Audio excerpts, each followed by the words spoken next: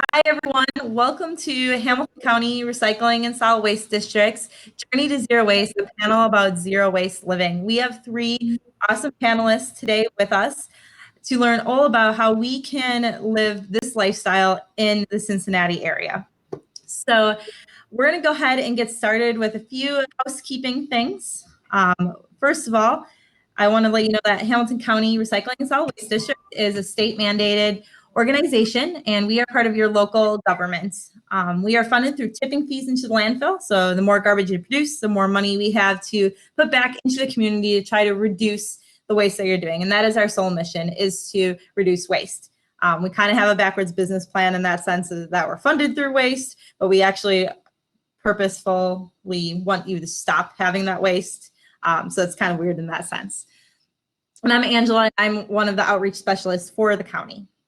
So let's go ahead and get familiar with the system. So if you want to say hello, the chat section is on your right. You can see that I have a message in there already. So if you want to say hello, then we know people are out there, hopefully watching this video right now. Also, if you scroll down on your screen, or if you're using a phone or a tablet, it's going to be another tab than chat. There's a question and answer section. So as we go throughout today's webinar, please throw out questions in that section, and we'll be answering questions at the end for the panel. Hello, Michelle, Linda. I'm glad that there's people out there saying hello, Deborah, Nancy. So again, the question and answer portion is at the bottom of your screen, or if you're on a phone or tablet, it's going to be another tab. If you could try to push all the questions to that section for the panelists, it'll be easiest for us to answer them. So we're going to be going through each of our panelists, and they're going to share kind of their background, and then we'll do a Q&A section. But again, we have the chat. If you want to make comments or throw in other resources you know of, please put them in the chat.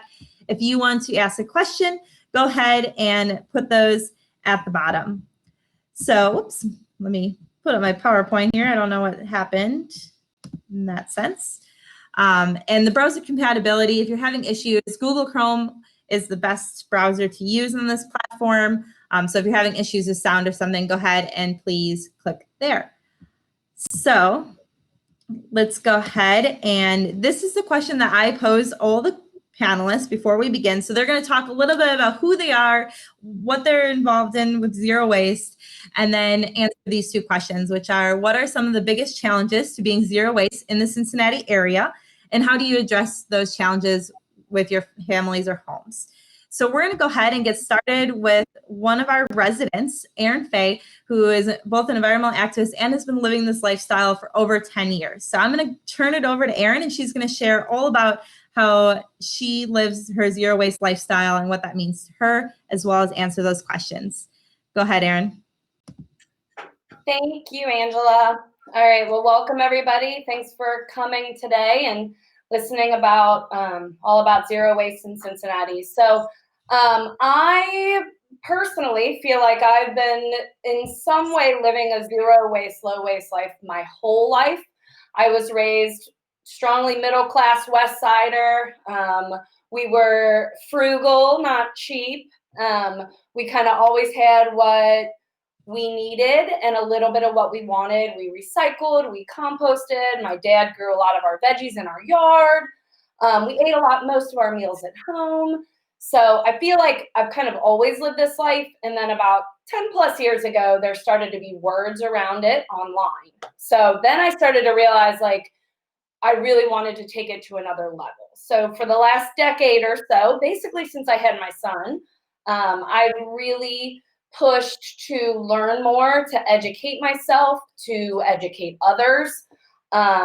Some things I do around Cincinnati, I participate in the One Stop Drop that Keep Cincinnati Beautiful puts on every year.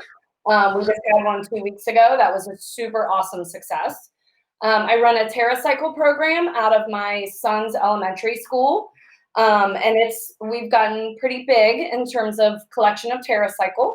I also have implemented some recycling programs both at my son's school and at my office. But I feel like my primary focus has kind of been the past few years to reduce my own waste and my family's waste, but also to really educate others because I feel like that's the most important part of living this lifestyle. Is it's really a daily education for myself who actively practices this, and for lots of other people. So challenges for my family. Thinking through this, I think the number one biggest challenge really is having a family and having everyone kind of be on board with how you want to live your life. I have a husband, Blake, and a son, Eli. He'll be in 6th grade at Pleasant Ridge Montessori. But getting my husband and my son to be on board with how we're gonna do things at the house every day is a bit of a challenge, but we've come a long way all together, educating ourselves and understanding things. I think the biggest challenge with having a child in today's world is that, from my opinion, our society has really pushed that things are more important than experiences, and that a lot of our happiness is driven by things. So anytime he goes to a birthday party or a soccer camp or anything, literally anything, anywhere we go, he comes home with a bag full of stuff that's completely irrelevant, that I throw away less than 24 hours later if I can't figure out how to recycle it. And that's just become a really invasive theme, I feel like, in our society now. So I really try to push, do we actually need this? Are you going to use this? Is it functional in our life? It is hard having a child, though, because everything feels happy and fun and wants all the things. So kind of just challenges around living with people who aren't fully on board with you. And then I would say the second biggest challenge in terms of having a family and living in Cincinnati is around the grocery store and food is really probably our biggest other challenge. So, lack of grocery store diversity, I would say. So we have a lot of Krogers. They do have a program called Zero Hunger, Zero Waste that I'm not sure is fully on board with zero waste, but we just don't have a ton of grocery store options that allow us flexibility in how we buy things. Our growing season is short here. Our farmers markets are sparse. They're one day a week at odd times. So I find that I struggle a lot, and I'm not a great cook. So I'm not a great scratch cook, I should say. So that has been a really big challenge in our home, is buying things fresh and buying things unpackaged and being able to actually cook them at home. And then, a couple other just challenges that we have in our day-to-day life are a lack of good outlets for separating waste and disposal of our waste. I know people have a lot of questions around recycling and TerraCycle and things like that. And I do think Cincinnati has a very robust, Rumpke has a very robust recycling system, plant. But I think really understanding and educating the whole population has been a challenge on how to dispose of your waste properly. So I would say kind of the ways that I address those challenges are educating people. If you follow me on Facebook, for the last 3 years, I have done a daily tip during Plastic Free July. I did not do it this year. This year felt just a little too much and a little too heavy to do it again. But I will do it again next year. But I do kind of daily, small, easy, actionable, obtainable tips on how to make changes at your house. And I truly believe that if we all make 1 or 2 small changes over time, those will lead up to greater change across all the systems. And if we all try our best and do our best, and if you take one thing at a time and perfect it, that's the best way to work towards low waste goals. I would say a big tip in terms of challenges would be to use what you have first. So go through what you have at home first, and don't think that this movement or this way of life has to be beautiful and brand new and a certain product for everything. Being, a frugal person, I really look to my home first to say, do I have a way to do this without buying something? Can I use a mason jar? Can I use, my silverware from home? Can I borrow something? Creating or joining a sharing economy is a big deal. I started a buy nothing page in the Pleasant Ridge area that I feel like is one of my greatest successes, honestly. We have kept limitless amounts of waste out of landfills, goodwills. That has made an outlet for things directly to someone else who can use them. So yeah, those are a few of my tips, a few of my challenges, and kind of things that I do to work through those challenges. And I am happy to answer all your questions at the end. So I will leave it to the next person. Thank you all for joining us. Thanks, Erin. That was great. Again, put the questions at the bottom. I already see Mary adding one down there. So we'll get to the questions at the end. If you have it for a specific panelist, go ahead and put their name in the question. That's completely fine. You'll also be sent a replay of this if you want to hear something again later.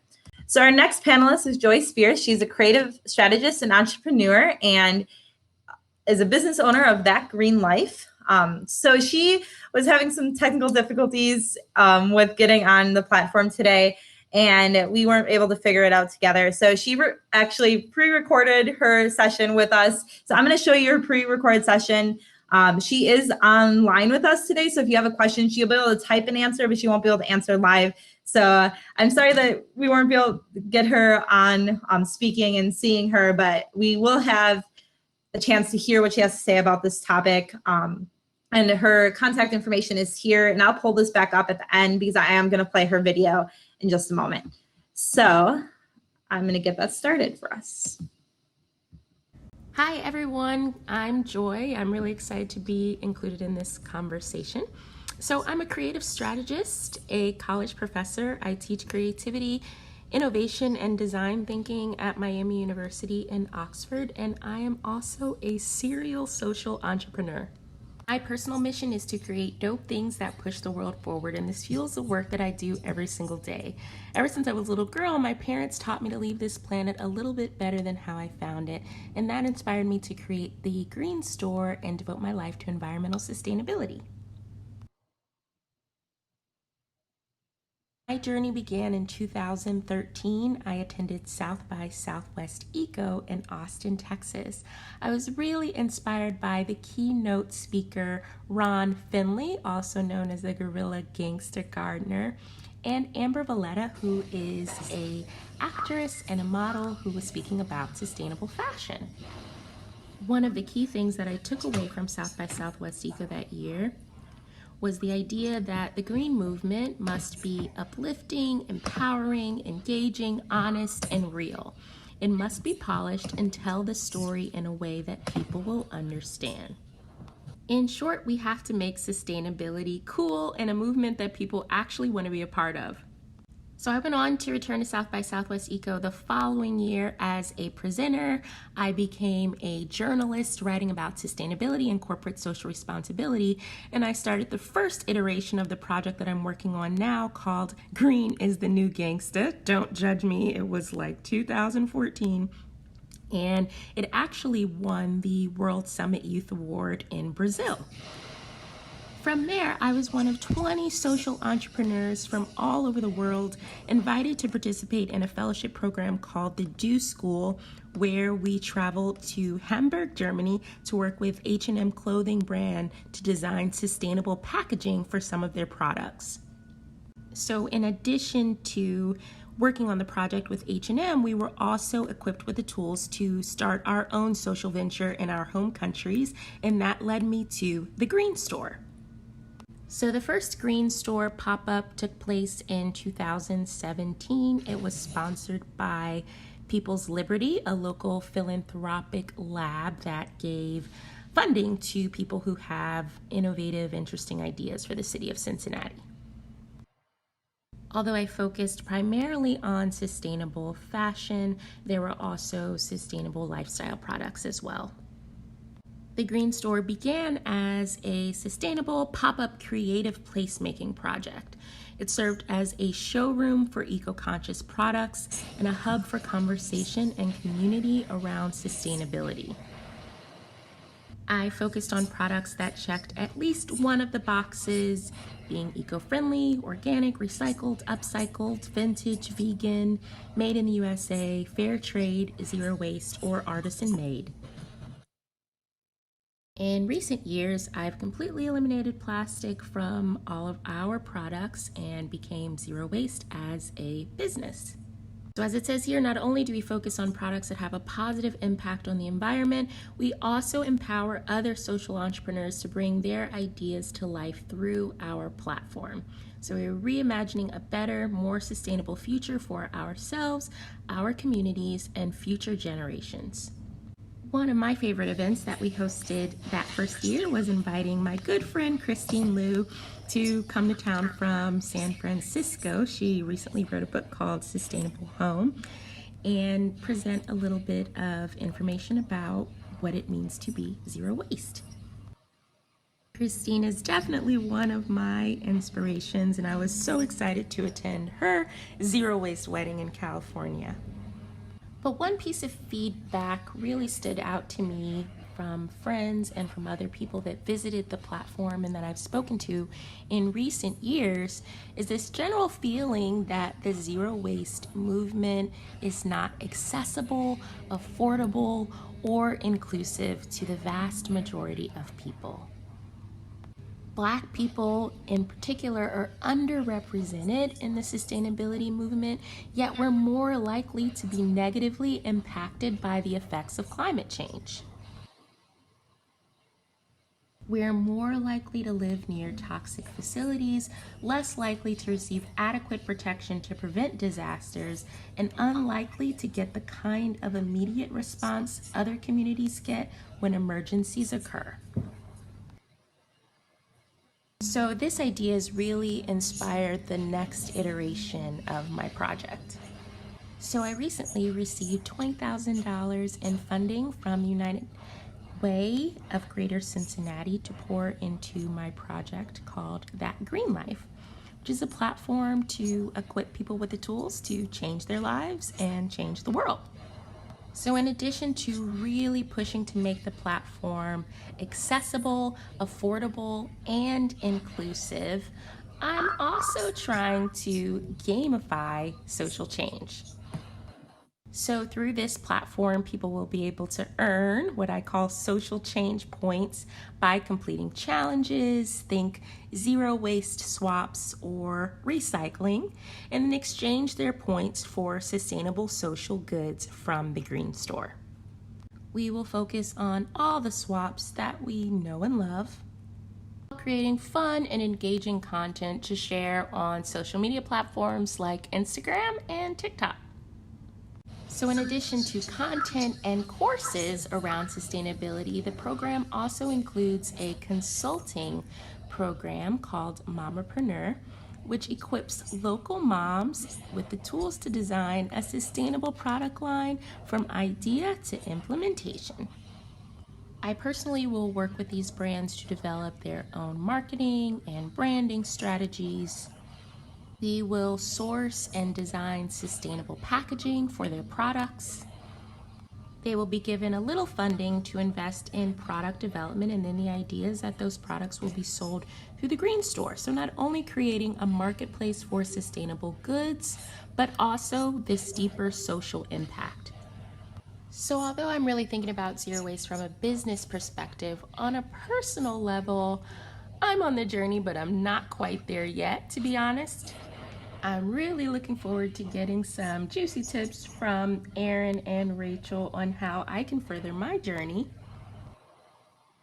But this quote definitely rings true for me, and I imagine other people as well, which says we don't need a handful of people doing zero waste perfectly. We need millions of people doing it imperfectly.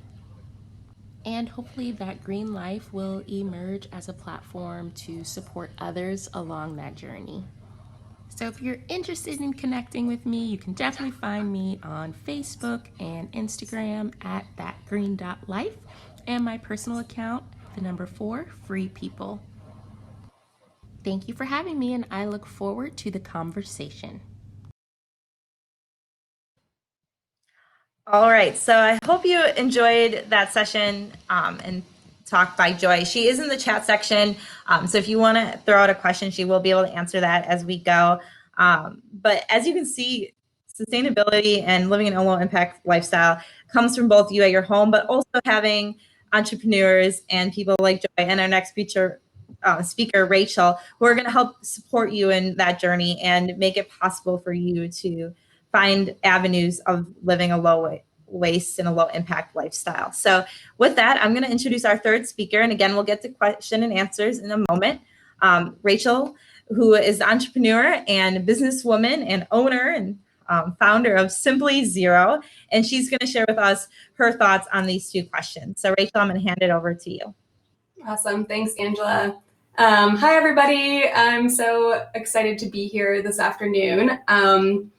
Like Angela said, I'm the owner of Simply Zero. We're a zero waste lifestyle shop, refillery, and community, really working to empower and equip people to live a life waste-free. So my journey towards zero waste actually started when I went to college. My background education-wise is in environmental sciences. So from a really young age, I was always really connected to nature and just doing everything I possibly could to protect it. I think as a young person, I didn't quite understand what those actions to protect our planet really meant. And so in college, I studied environmental sciences. I also studied business and marketing, and then went on to receive a master's degree in environmental conservation. And along my career, I've worked in environmental consulting for working for boutique consulting agencies that worked with companies that were interested in incorporating sustainability into their branding, interested in redesigning their packaging in a more zero waste and environmentally friendly way, doing public relations for companies that were creating zero waste and sustainable products. My professional endeavors have also included working in environmental education. So working with the Cincinnati Zoo in their education department and working in their school programs, both at the zoo and on outreach inside the schools themselves. And then also working for nonprofits in the educational environment sphere. So throughout my whole education and career until I moved back to Cincinnati, I've been working in the environmental space, sometimes from a business point of view, sometimes from an educational point of view.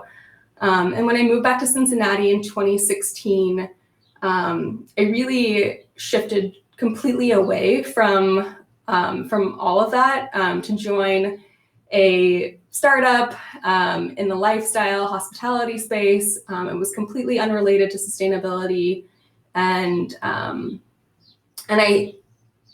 I think that experience for the year 2016 that I was involved in that project, I really credit that experience to really bringing me back to my love for the environment and sustainability in a new and different way. So in 2017, at the beginning of 2017, I left my work with a startup, and I I launched into a variety of different entrepreneurial endeavors and projects. But one of those was starting Simply Zero, which started as a personal Instagram feed, documenting my personal journey towards going zero waste. Zero waste was something that I've always read about and heard about and had explored books about prior to starting Simply Zero. But I had never really taken those individual actions to the extreme that I had challenged myself to do in 2017. So the beginning of 2017, I started Simply Zero. I started documenting the little things that I was doing every day to take those baby steps forward into creating as little waste as possible. A lot of the bloggers and kind of leaders in the zero waste space that I was following, have this goal of a mason jar full of trash. I really didn't subscribe to a specific trash goal, I guess I would say. So I really didn't go into my year saying I only want to create a mason jar full of trash or one bag of trash. I really just went into the year saying, I'm going to learn as much as possible about how I can reduce my personal waste. Along the way, I want to educate others. And at the end of the year, we'll see where that ends up. So Simply Zero for that first year and a half, almost 2 years, was really just a space to educate others through my personal journey. And in late 2018 is when it started shifting into the space that it now exists in. So we started partnering with local organizations to do pop-up events where we brought sustainable products, a lot similar to the ones that Joy has in the Green Store. So we started doing pop-up events. We started doing, alongside of the pop-ups, we were doing educational events. So we had the products, so we had a talk, and together it was an experience to learn more about going zero waste.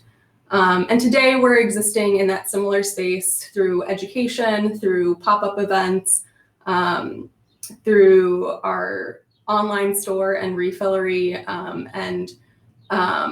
and bringing the shop to different markets around Cincinnati. So today, what I wanted to talk about in terms of the zero waste challenges that I've experienced here in Cincinnati, I really wanted to hone in on one specific aspect, and specifically during this time that we're all dealing with COVID-19, and I already see a question around that and how it's affecting our zero waste habits. So one of the biggest challenges that I have experienced since the beginning of going zero waste has been around food, and that goes from shopping at the grocery store to eating out to food waste. So I thought I would touch on a few of the challenges that I've experienced in those places, and then kind of shed a light on some of the solutions that I employ to get through them. So when it comes to food shopping, I know Erin touched on this a little bit earlier. One of the things that I found really challenging in the beginning was just finding the places to access the types of food that I was looking for and the packaging that I was looking for. Bulk food shopping is one of the go-to practices of the zero waste movement, and we simply don't have a ton of options here in Cincinnati for it. And if we do, they're very spread out and differing based on what store you're at. Some stores have a very small selection of bulk food products. Some stores have a wider selection of bulk food products. And then on top of that, all of the stores have different rules on what you can and can't bring to refill those products in. So at some stores, they don't allow you to bring glass jars or your own containers, and are requiring you to use the containers that they have set aside. They're in the bulk food section. Other stores do allow you. So it's a really confusing process in terms of what we can and can't do and where we can go to find the food. And the same goes for finding places to go to purchase things like meats and cheeses and whatnot. At the end of the day, what ends up happening is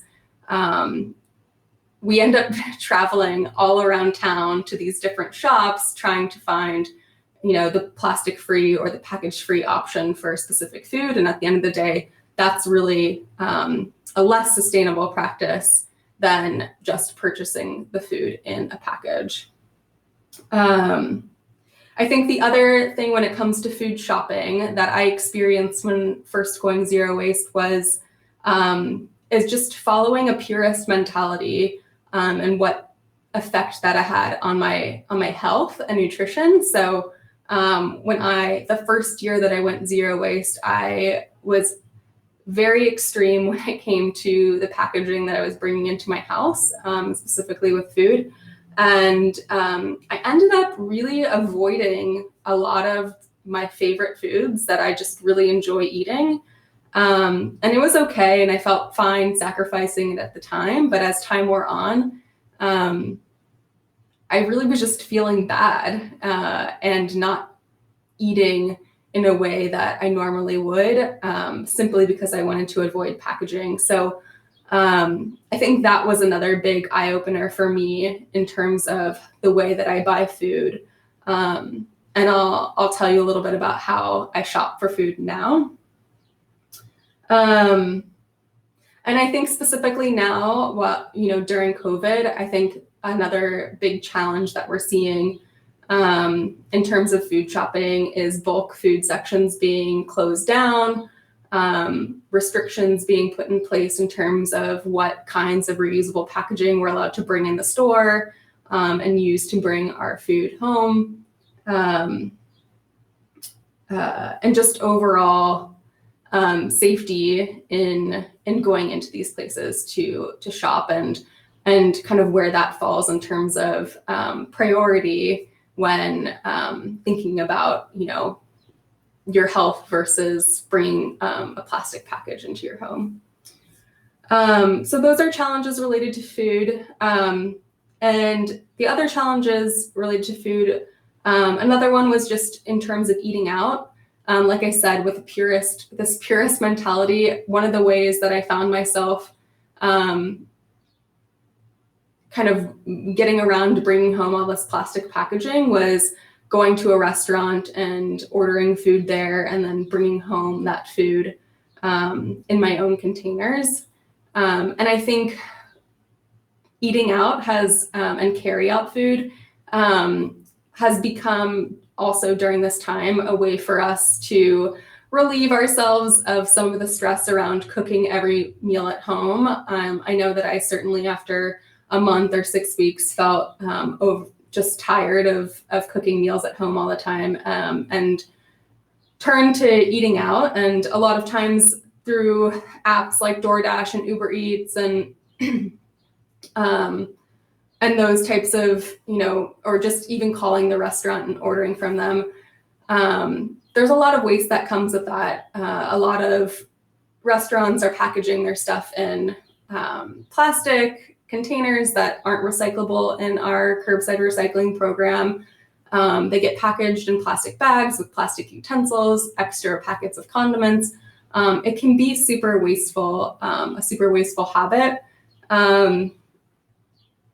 But again, like I said before, with food shopping during COVID, I think there's a way that we can prioritize and weigh things to find a balance that strikes, just to find a balance in that. And I'm going to dive into those soon, but I want to get through all the challenges first. So we've got challenges related to grocery shopping, related to eating out.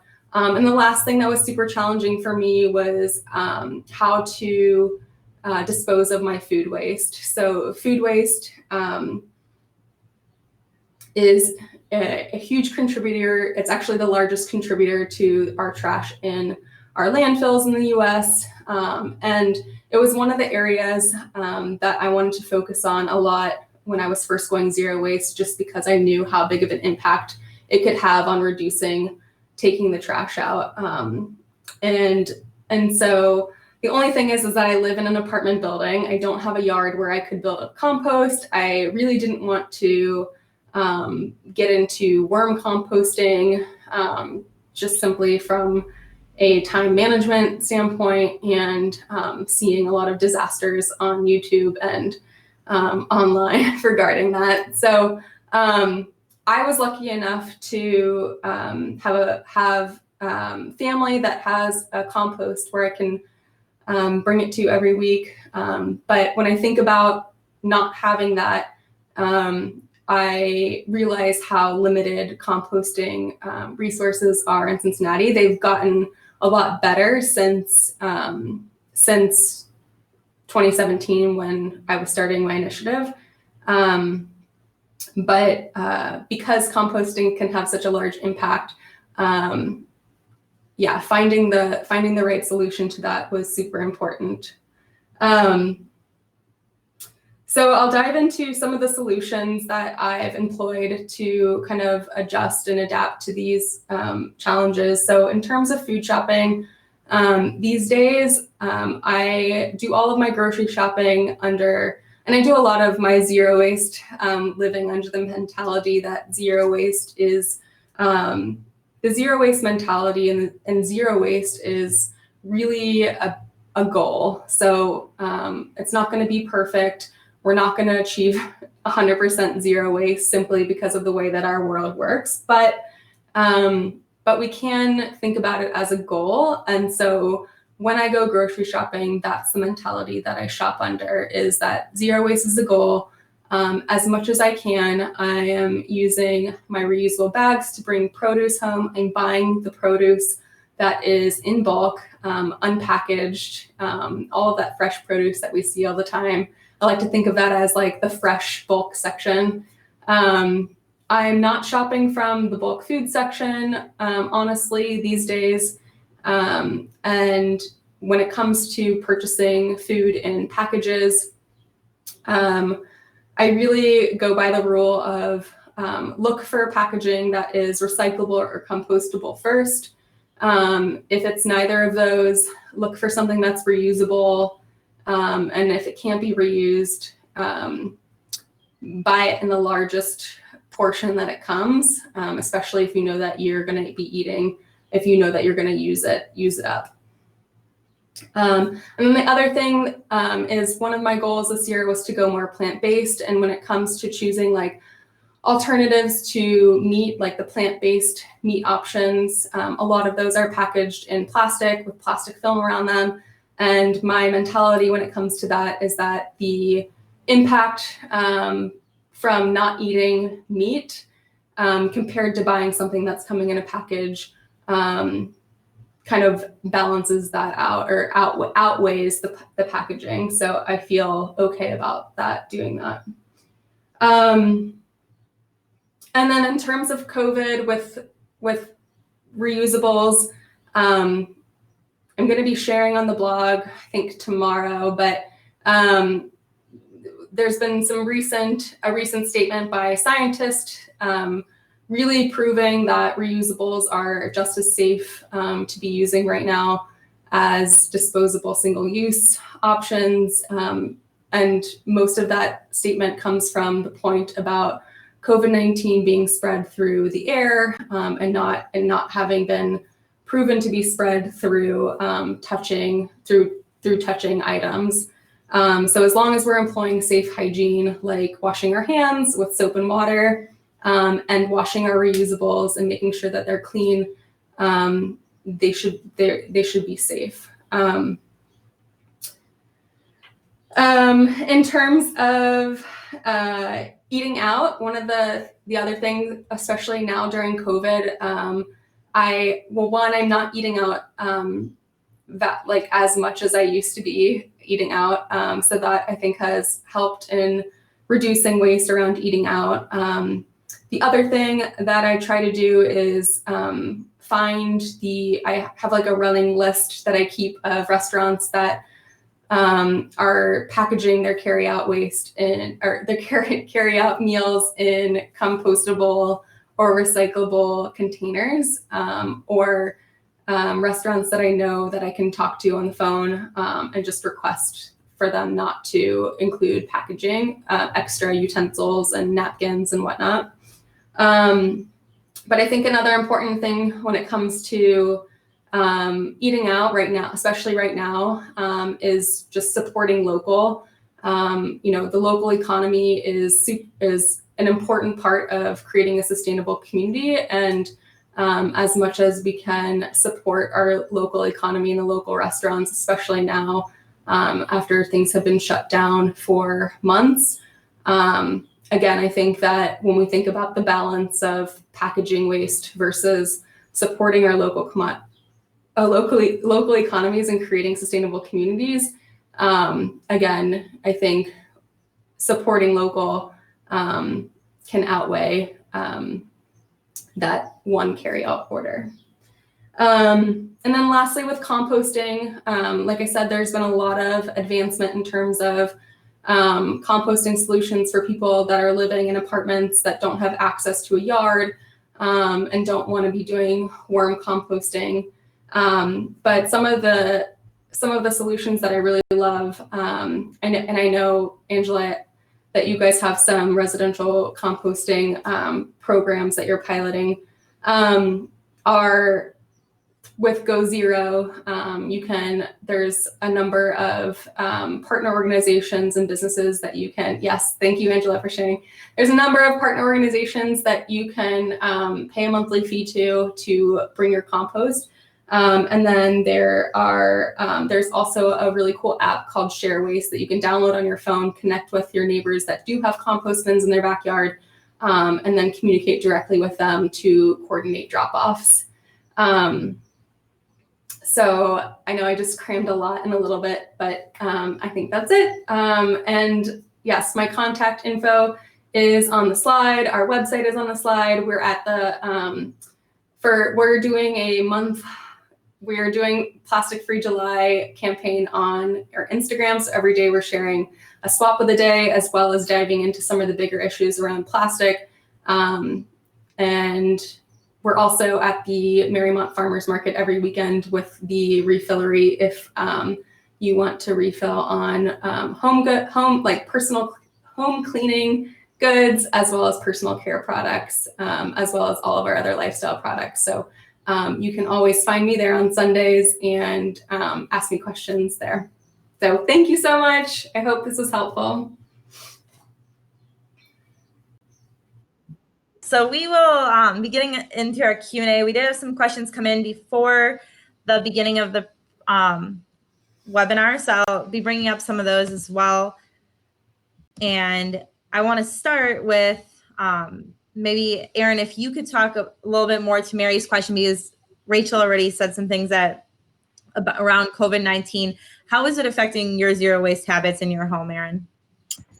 In some ways, I feel like it's made us a little more zero waste, and in other ways, less. So I feel like we are eating out significantly less than we ever did before. And I've never really been a big fan of like actual carry out food. I feel like by the time I get it home, it's yucky anyway. So we're eating at home and cooking a lot more than we ever have. So in some ways, that actually feels like we're doing a better job. But then in other ways, yeah, I mean, honestly, in a lot of ways, I feel like we're doing better. I'm still using reusable bags at any grocery store I go to. I just bag myself. Even at like Trader Joe's, I'll have them just put all my stuff into the cart, and then I'll roll it out to my car and then bag it myself. Kroger, I'm bagging myself. So I'm still using my produce bags. The biggest thing is we've just reduced a lot of like those random, like, let's go get a coffee. Let's go, let's stop and get a smoothie. Like we've done just a lot less of that. We pack more when we go to the pool because there's not really, the snack bar has like nothing. So in a lot of ways, I actually feel like my family's doing better, to be honest. And I don't tend to be a germaphobe at all, ever. I'm a very neat and tidy person, but germs just aren't my thing. So, and we have the reusable masks. We don't have throwaway masks. So we haven't changed a whole lot since COVID, because I still don't have that mentality of germs, to be honest.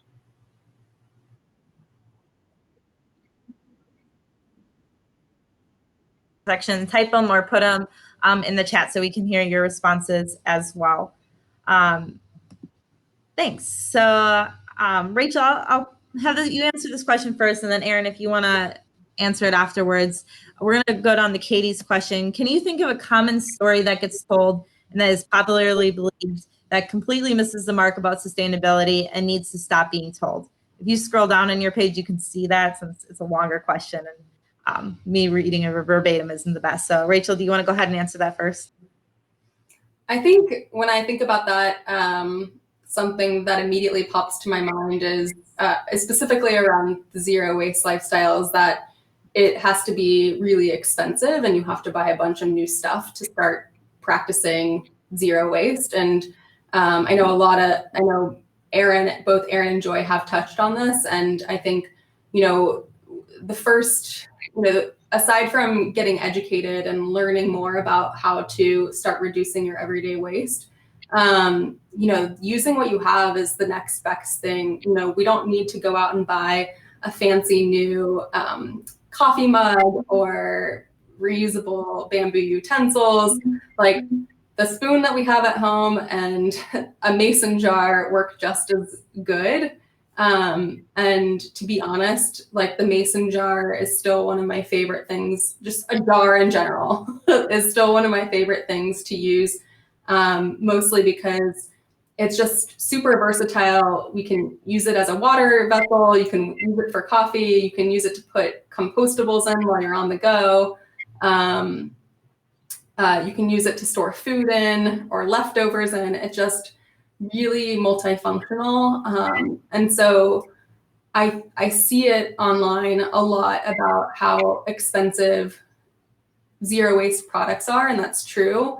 The economies of scale for sustainable products just haven't been met yet in terms of demand, and therefore a lot of the products are more expensive than the products that we're finding from P&G and Unilever and just these massive corporations that are super cheap to find at our grocery store. So when you're comparing the two, zero waste products and sustainable products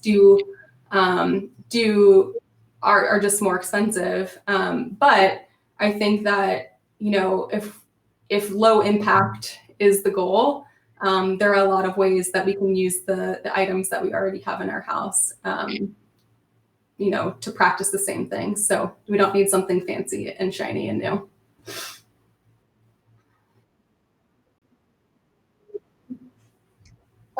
Mine would be really very similar. I feel like a lot of the regular attention and social media attention on zero waste life is that it's not obtainable for lower income or even middle class.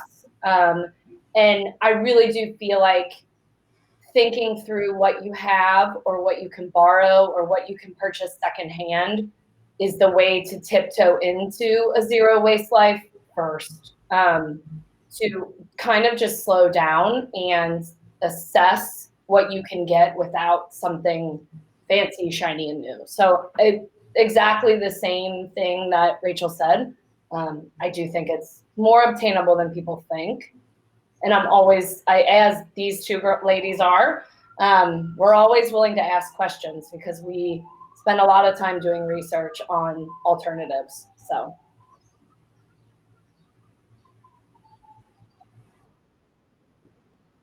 I kind of go down to Ellie's question. She is looking to cut down packaging waste like coffee, herbs, spices, baked goods, snacks that could be bought in bulk.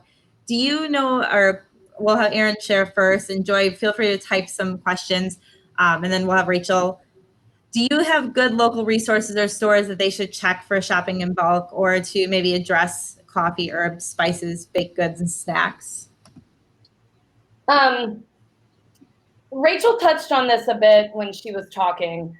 I think one of the hardest parts about Cincinnati is that there are a lot of small resources, but they aren't all together.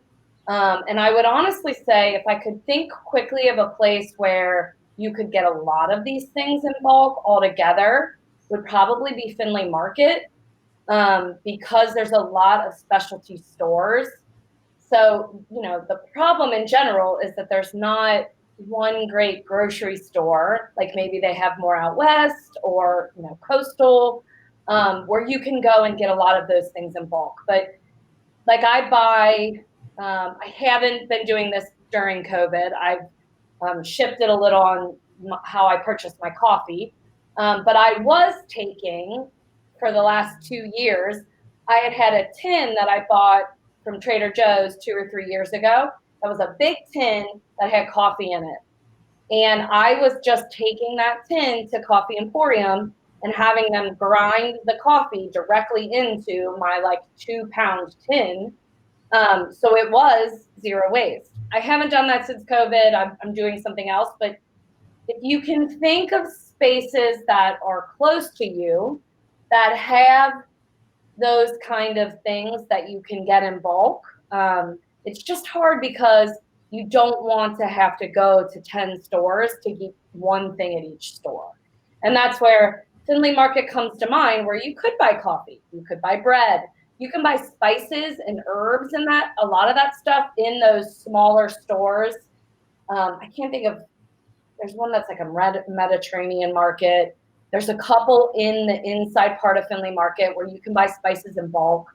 You can buy teas in bulk. So that would probably be the place where I would say is the most friendly to low waste buyers. Rachel, do you have any other resources that you could share? Yeah, I think Erin touched on it. Finley Market was going to be my number one recommendation. And the one thing that I also love about Finley Market is that it's owned by local people, and in terms of policy and liability, their local, small local companies are going to be a lot less restricted when it comes to working with you to use your own containers. I think a lot of times in our local grocery stores, a lot of the limitations that we run into while shopping there are all related to food health codes and big liability, and in a lot of ways those are put in place to protect us and our health and safety, and then so obviously important. But when I know for certain that there are a lot of vendors at Findlay Market that are totally open to working with you and using your own containers, even now during COVID. But I think, again, like what Erin said, finding a place that's, if it's going to take you a 40-minute drive to get down to Findlay Market, whereas your grocery store is down the street, I think doing the best you can at your grocery store and saving the 40-minute drive each way is going to be a more sustainable option, and have a lesser impact than just doing the best that you can at your grocery store.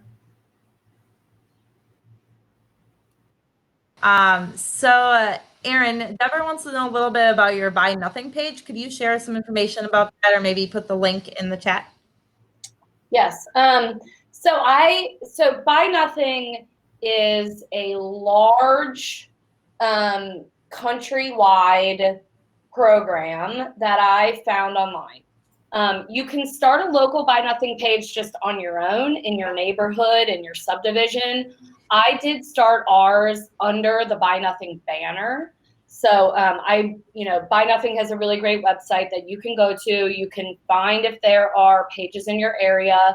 You can shoot them information to start one if there is not one in your area. It's very user friendly. That's how I started mine. So they they reach out to you, they talk to you about boundaries of your page, they get it all set up for you, and then your job is really just to invite people and get the interaction going. The page that we have in Pleasant Ridge is extremely robust. There are probably about 1,400 people on that page, so we've actually had to branch out and create other groups. There is now one that is like Kennedy Heights and Silverton area. There's now one that is Gulf Manor and Amberley area, because they say after about 1,000 people, we have every bit of 40 to 80 posts a day, so stuff can get lost there.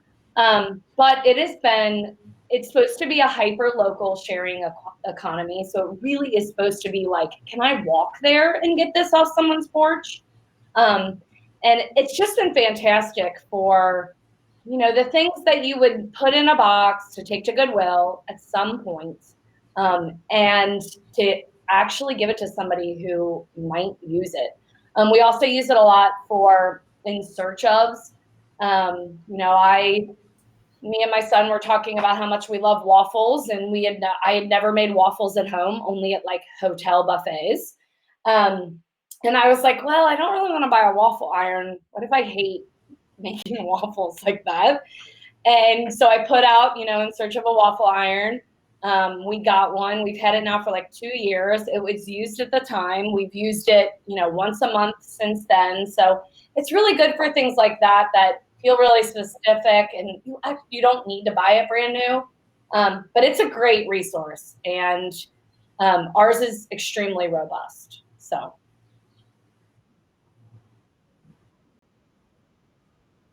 You'll know that because you're on the call today, too, I forgot to say this at the beginning, we are giving out a $25 gift card to Rachel's store. So the winner of that is Renessa. So Renessa, I'm going to send you an email in a few minutes, and you get a $25 gift card to purchase something from Rachel's store at Simply Zero. So congratulations. That's so exciting. And we're going to wrap it up kind of here, but I would love for you all to reach out to these women who have told their stories and what they're doing in our area to help you all learn and grow as people who are going to move towards a low impact lifestyle. And again, like they both stress, it doesn't have to be zero, but what can you do with those baby steps to get you there and start to make a difference in your own community? Erin or Rachel, do you want to say anything to wrap up? Rachel? No, just thank you so much. If I had any parting words, it's the idea that, as you go along your zero waste journeys, just remember that it's a goal and be kind to yourself. We're all doing the best that we can. Like Joy's quote that, we don't need one person doing it perfectly. We need a million people doing it imperfectly. So find your one thing, find your two things, and be kind to yourself along the way. Same. Thank you all for coming and listening and getting yourselves educated. And similar. Keep educating yourself and keep tackling things one thing at a time. We're all doing it together, and we're all working hard to make the systems better. So I will do one little shout out though too, that I should have talked about earlier, but I am just joined the board of a new, hopefully coming soon, warehouse space for reuse and recycle. So it will be called the Cincinnati Reuse Recycle Hub. And it's a few local women, again, very women driven space that are trying to find a permanent place to recycle and reuse goods. So instead of doing the one-stop drop, once a year, that you could always take your reusables or recyclables to this place.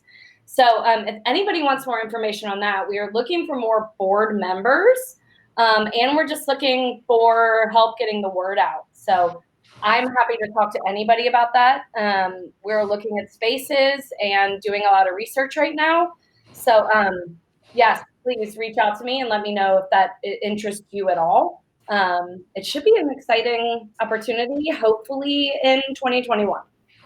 So, thank you. Great. Thanks, Erin. It looks like there's a couple people, including Joy, that would love to be involved. So hopefully they'll contact you and you can make that connection. Thank you again, everyone. You will be sent to replay if you want to go back through this. And just a quick thing that Rachel's email is wrong on the slide, and I typed that in the chat. There is no M in .com, it's just .co. I'm sorry, Rachel, I had it right on the other slide, but not on here. So thank you everyone for joining in. Have a good day. Bye.